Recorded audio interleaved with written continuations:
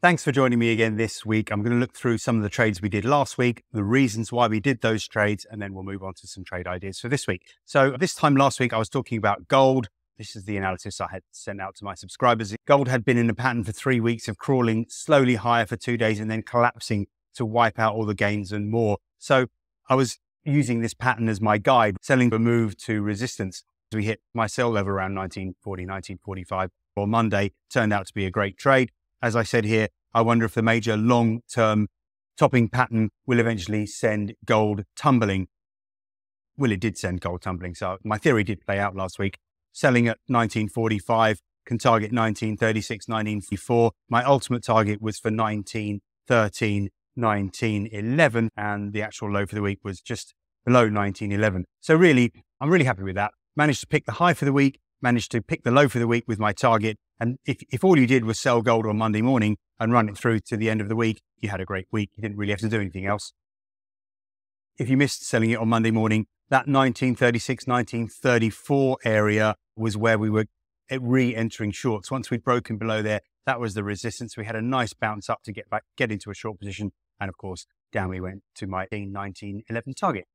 Silver, I was also looking for a move to the downside. The break below 23.90 meant we should head for my target and support at 23.10. WTI crude was recovering. We had a lot of resistance around 82.50, 83.50. Let me show you that on the chart. Now, you'll know if you are an oil subscriber or you've been following me on YouTube that I have been very bullish about oil ever since this double bottom down here. This confused me, this sideways pattern. I didn't expect that. I thought we would just start to head higher, but eventually we did. And then we hit this resistance level around 82.50, 83.50, just previous swing highs. This did prove to be the resistance level that I thought it would be. A big reaction to the downside. We had a quick recovery the next day, and eventually we broke up through that resistance level. We've come back to test it, but we held it on Friday. So I think the oil can continue higher. The obstacle is the 500-day moving average. Last week's high was at 84.90. So a break above 84.90 this week should be the buy signal. I actually bought on Friday into this dip to the support level, and I'm running over the weekend to see if oil continues the rally next week after breaking above the resistance level. If you're a subscriber, you'll know that you get this trade sheet every morning. There was my trade for gold on Monday morning, selling at 1940, 1945. I had another sell level above it in case we kept going up. That didn't happen. I'm going to stick with the short-term bull trend in crude oil again for this week, but we're going to need to beat the 500-day moving average. 84.90 is the level to beat. Now look, this green 500-day moving average has been a great resistance level in the past. Let's have a look. December, January, April, and now in August, the market has just kissed that green 500-day moving average and backed away. So if you're a bear, you've got good reasons to be short, but we're also very overbought on the daily chart. And we did have quite a negative candle on Thursday. So you might be thinking, why is he suggesting that we should be long oil? I'm going to favor the break above this resistance area. That's what I'm going with at the moment. We just closed above that line here. I'm going to go with that. Now we start breaking below 82.00. Then I'm going to consider that I'm wrong. And it's actually the 500-day moving average resistance that is going to be the dominant factor for this week. And that will send oil lower. So 82.00 is basically the line in the sand.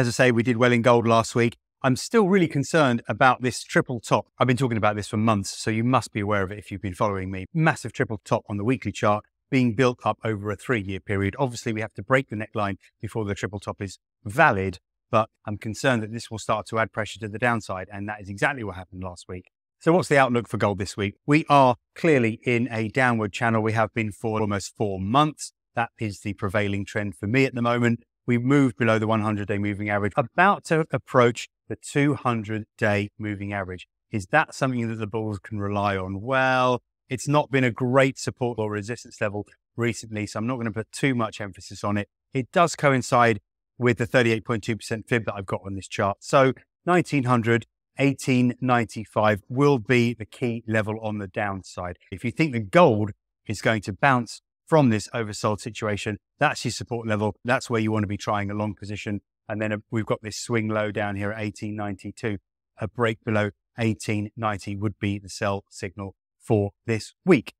I'll be writing my report later today and putting all my sell levels in there for a bounce. But straight off the daily chart, at least, we have strong resistance around the 1960, 1965 level. I will have other tradable levels on the report when I write it later in the day.